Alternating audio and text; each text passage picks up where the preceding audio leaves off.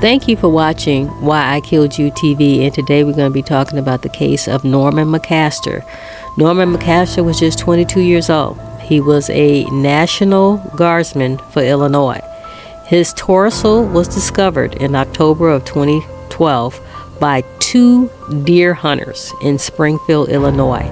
Also, some receipts were found and also some surveillance footage showing his wife, Watasha Denton McCaster, purchasing a saw and some cleaning supplies. Also, when they retrieved Watasha's laptop, they found some searches concerning how to kill your husband and how to kill somebody with Visine. Watasha Denton McCaster was convicted in 2014 and found guilty of first-degree murder and dismemberment. She is now serving 78 years in prison. Let's roll the clip. They hate you. You're gonna die. I don't want to do this. It's deer season in rural Springfield, Illinois, and someone has made a killing. A couple gentlemen who live out in the eastern part of the county. One was driving home, saw something laying in a creek area off the side of a road. He figures it's a discarded deer carcass. Then they see it, and it's not a dead deer. And that's when they discovered the remains of a body. Or what's left of it. It appeared to be a body, missing the head. Horrified, the men call 911. It's very graphic. When I, along with other detectives, walked up, it was the decapitated body. Wow. And the body also didn't have arms or legs, so someone had cut the head, the arms, and the legs off this person. We had no fingerprints. We had no face and no way to actually do any tests. Detectives on scene scour the area for any signs of the man's identity. Then they spot something on a nearby guardrail. you could see what appeared to be substance consistent with blood, where something was drug over the railing. And the clues don't stop there. It appears someone tried to wipe the blood off the guardrail. There was napkins. And mixed within the bloody napkins on the ground, we found a receipt just feet away from the body. Got with their loss prevention people, tracked down the purchase time, date, got the register. Cops pull the store surveillance video and zero in on the purchase time on the receipt. That's when they spot the mystery buyer making a purchase. It was a female purchasing a Sawzall at basically midnight. Buying a Sawzall in the middle of the night, it's a little bit unusual. Dumb. Cops pull the woman's credit card information, and the secret shopper is secret no more. Her name, Watasha Denton McCaster, but police are surprised by what they learn about McCaster. was a student at a local college and had no criminal history, recently moved to the area. In fact, the 22-year-old was an honors student at her high school and regularly attended church. Never heard a bad thing about her either. Just the all-American kid. But investigators placed the college student under round-the-clock surveillance, especially eyeing something routine as taking the trash out. After she deposited on the curb, Cops move in right away and secretly seize her garbage. she tore up the floor tile. So again, an odd thing to find in trash. Then alarm bells go off. One bag doesn't appear to be garbage at all. It's full of men's clothing. When we started seeing soldiers' uniforms, we knew that there was someone that could have been living there with her. But who? It's a short-lived question after investigators discover an identification card mixed in with the uniforms. Norman Ramel McCaster was a citizen of Sangamon County. He was involved in the Illinois National Guard and a great member of this community. And there's something else about this National Guardsman. Norman is Watasha's husband. Had recently moved to Springfield, Illinois with his wife, Watasha Denton McCaster. Detectives place a call to the Illinois National Guard. They are informed that Norman was a no-show at a recent mandatory drill. Cops decide it's time to have a chat with his young wife. She invited us into her house. Was very genuine, sweet, asked us if we wanted something to drink. Watasha tells police their marriage has been on the rocks due to his drug addiction. She told us that he left with some druggies from St. Louis. We asked her what kind of car. She didn't know. I remember specifically asking her, what did he have when he left? She said just the clothes on his back. But when detectives talk to Norman's dad, he's in total shock. He tells police his son doesn't do drugs, and what's more, he has no idea his son is even missing. So you're telling me my son ran off. So you must don't know my son and the relationship that me and him have. He's not going to run off. Turns out, after Norman disappeared, Watasha didn't tell his family or police. She didn't report her husband missing.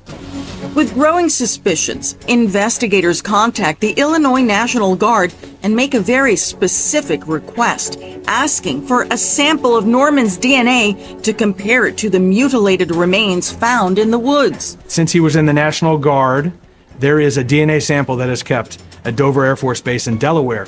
So through the work of the Illinois State Police, taking a DNA sample from the torso, matching that up with DNA from Dover Air Force Base in Delaware. And the results? It was a match. If we would tip our hand, it could blow the whole investigation.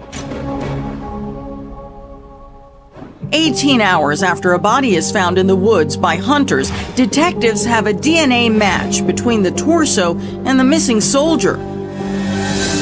22-year-old National Guardsman Norman McCaster. Just received that phone call. It just tears you.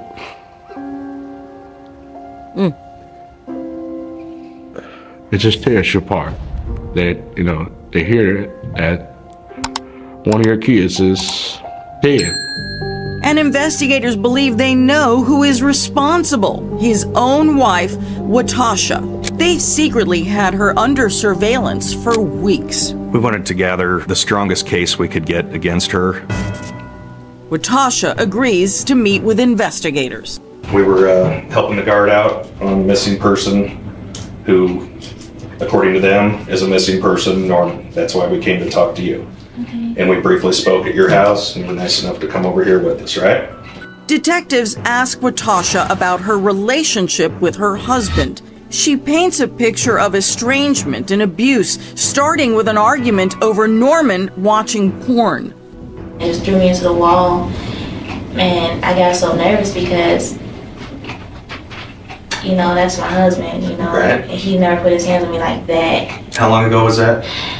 That was about like maybe 2 months ago. Then detectives recall something odd they noticed at her house during their initial conversation with the young woman. There was a calendar on the wall in the kitchen with the anniversary date all blacked out. Their 2-year anniversary was coming up, and Norman McCaster was not going to make that 2-year anniversary. Wow. And she was going to make sure of it. You said your anniversary was Monday. I can't remember when you said it was. We were 26. It would have made 2 years we would have been married. And I kicked him out on the 24th. Like, he actually took all his stuff on the 24th. But detectives knew otherwise. They had already been through her trash, finding what appeared to be Norman's belongings, including his military uniforms, credit cards, and IDs. And when he left, what did he take? Everything. Everything? You told us at your house that he left with nothing but the clothes on his back. Yeah, he got everything. Did he? Yeah. I didn't keep anything. I don't want to keep anything. Well, you know why you didn't? You threw it all out in your garbage. Uh-oh. Gotcha. That's why we're here. We know where Norman's at. Where is it? You know where Norman's at. No, I don't. If we haven't made ourselves clear, this is a homicide, okay? What's a homicide? Oh yeah, well, under arrest or something? Yeah, You think? you're under arrest for the concealment of a homicide. There's nothing more. What I'd like to do is get this straightened out, I okay? want a lawyer. Pardon me? I want a lawyer. But Watasha is taken into custody and charged with first-degree murder. dismembering a body, concealing a homicidal death, and obstructing justice. Good. At trial, prosecutors reveal the results of a forensic computer search performed on her laptop. The computer searches, they all started around the beginning of June, about how to kill your husband, how to kill a spouse and get away with it, and the list goes on and on. And prosecutors are just getting started when they call their star witness, a student who attended college with her. He loaned a gun to Watasha. She then returned a day later, and it was missing 2 bullets. We believe that she shot Norman in the head with that gun. That's why his head was cut off with a reciprocating saw, and then his hands were cut off and his legs cut off. Either Sick. she thought that no fingerprints could be found, so they couldn't determine who, when the torso was found, who it was, or it made it easier because Norman weighed over 200 pounds. Police were never able to determine other locations where body parts may have been scattered. His head, his hands, his legs were never recovered. It's a devastating reality for Norman's family. Why would someone just do something like that to a person, period? That's not a human being to me. That's a monster. Yeah. After exactly. 7 hours of jury deliberations, Watasha is found guilty and sentenced to 78 years. Good. Watasha was a perfectionist. She had never failed at one thing. But her marriage was crumbling around her, and when it started to fail, she came up with a plan, and unfortunately, she carried it out.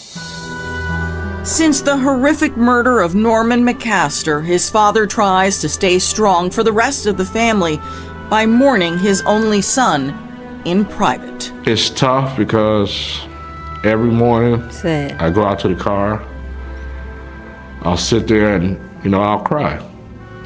Because that's how much I miss me.